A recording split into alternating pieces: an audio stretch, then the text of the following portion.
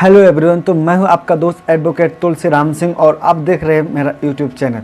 तो कैसे हैं आप? आशा करता हूँ अच्छे होंगे, स्वस्थ होंगे, मस्त होंगे। देखिए, जो आज अपना टॉपिक है वो ये है डिजिटल रेप। देखिए, ये जान लेना बहुत ज़रूरी है कि डिजिटल रेप होता क्या और कैसे होता है। मैं एक चीज़ और बताना चाहूँगा। देखिए, मेरे मुँह में छाला निकला हुआ है तो हो सकता है मैं खुल के ना बोल पाऊँ, तो उसके लिए माफ़ी चाहूँगा। तो डिजिटल रेप जो होता है वो कैसे होता है और कहाँ पे होता है, तो इन सब के बारे में हम खुल के बात करेंगे। तो वीडियो के लास्ट तक बने रहिएगा। डिजिटल रेप का मतलब ये नहीं है कोई इंटरनेट पर किसी लड़का या लड़की के साथ आके शोषण करेगा। आज डिजिटल रेप के बारे में बात करेंगे वो कुछ अलग चीज़ है।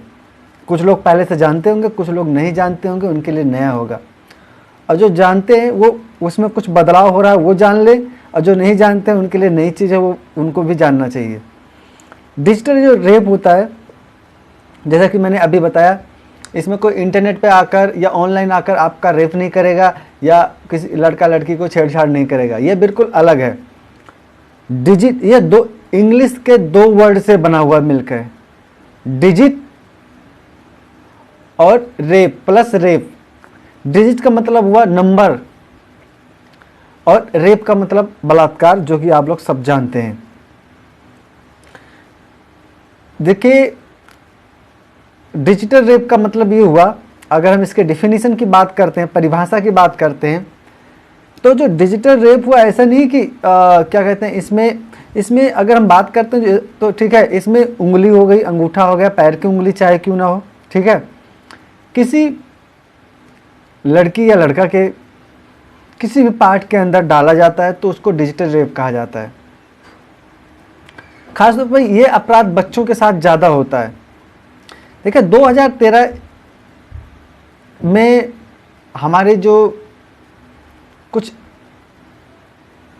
कानून विशेषज्ञ थे उन्होंने देखा कि इसमें जो हमारे यहाँ जो चाहे रेप की मतलब 354 और 376 आईपीसी, जो धारा 354 376 को विस्तार देने के लिए इसमें 2013 में अमेंडमेंट लाया गया, इसमें बदलाव लाया गया, जिसमें इसकी जो अगुवाई कर रहे थे न्यायमूर्ति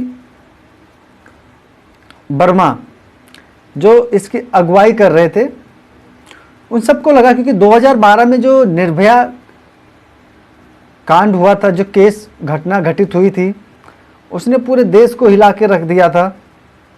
और उन घटनाओं को सामने आने के बाद में जो कानून के विशेषज्ञ थे, जो विद्वान थे, उन सबको लगा कि जो 354 है और 376 है, इसमें विस्तार की ज़रूरत है ताकि समाज में हो रहे अपराध को कंट्रोल किया जा सके। इसलिए जो डिजिटल रेप था इसको बढ़ावा दिया गया। और यही नहीं, डिजिटल रेप में जो लोग फंसते हैं, जो इसके अपराधी होते हैं, आरोपी होते हैं, उनके ऊपर डिजिटल रेप के धाराओं के साथ साथ सजा होता है। साथ में अगर इसमें जो विक्टिम होता है, पीड़ित होता है, नाबालिग है, तो पॉक्सो एक्ट को साथ में भी लगाया जाता है। और एक चीज और बताना चाहूंगा, डिजिटल रेप के आरोपी होते हैं, जो दोषी होते हैं, उनको 5 साल से 10 साल की सजा होती है, कम से कम 5 साल से 10 साल की, और साथ में भी आजीवन कारावास की भी सजा होती है। कठोर आजीवन कारावास की सजा का भी प्रावधान है इसमें। क्योंकि इसमें मैं अभी 2 केस के ऐसे नाम बताऊंगा जो बहुत बड़े उदाहरण है, एग्जाम्पल है आजीवन कारावास के। बात नोएडा की सितंबर की मामला है, नोएडा की है, जिसमें एक मैरिस राइडर नाम का एक चित्रकार था। वो 81 साल का था। वो 17 वर्ष की लड़की के साथ में डिजिटल रेप का दोषी हुआ। उस लड़की के साथ में डिजिटल रेप किया। जैसे कि मैं बता चुका हूं, डिजिटल रेप में वो कौन सी ऐसी हरकत आती हैं, वो कौन से कृत्य आते हैं, कौन से कार्य आते हैं जो डिजिटल रेप की कैटेगरी में आते हैं, मैं आप लोगों को बता चुका हूँ। और उस आदमी को उम्र कैद की सजा हुई। यही नहीं, नोएडा की बात है, अकबर नामक व्यक्ति ने, जिसको उम्र कैद की सजा हुई, वो भी डिजिटल रेप का दोषी था, उसको उम्र कैद की सजा हुई। नोएडा कोर्ट ने उसको उम्र कैद की सजा और 50,000 जुर्माना भी लगाया। तो जो डिजिटल रेप है, ये खासतौर पर बच्चों के साथ में, बच्चों को हमें जागरूक करना चाहिए। जो डिजिटल रेप है उसमें कौन कौन से कृत्य आते हैं, कौन कौन से कार्य आते हैं जो डिजिटल रेप की कैटेगरी में आते हैं, उनको अच्छे और बुरे का पहचान बताना चाहिए बच्चों को, या जो बड़े लोग हैं उनको भी बताना चाहिए कि अगर कोई बैड टच होता है उसको भी बताना चाहिए। और ज़रूरत पड़ने पर आप 1090 पे कॉल भी कर सकते हैं, टोल फ्री नंबर पर, या जो पुलिस हेल्पलाइन नंबर है, महिला हेल्पलाइन नंबर है, वहाँ पे भी कॉल कर सकते हैं अगर आपको लगता है कि आपके साथ डिजिटल रेप किया जा रहा है। देखिए, इसमें जो सबसे बड़ी बचाव की बात अगर हम करते हैं तो सतर्कता होता है, वो सबसे बड़ा बचाव है। अपने बच्चों को इस चीज़ से अवेयर कराइए, घर के बच्चों, बच्चियाँ, यहाँ तक छोटे बच्चे, चाहे वो जेंट्स, छोटे लड़के जो हैं, उनको भी इससे अवेयरनेस लानी चाहिए ताकि बैड टच गुड टच में फ़र्क जान सकें। ये चीज़ अगर वो जान गए तो मैं तो गारंटी पूरा लेता हूँ कि उनके साथ में डिजिटल रेप नहीं होगा। और एक चीज़ और, इसमें रिप्रोडक्टिव ऑर्गन को अंदर प्रवेश कराना भी डिजिटल रेप की कैटेगरी में आता है।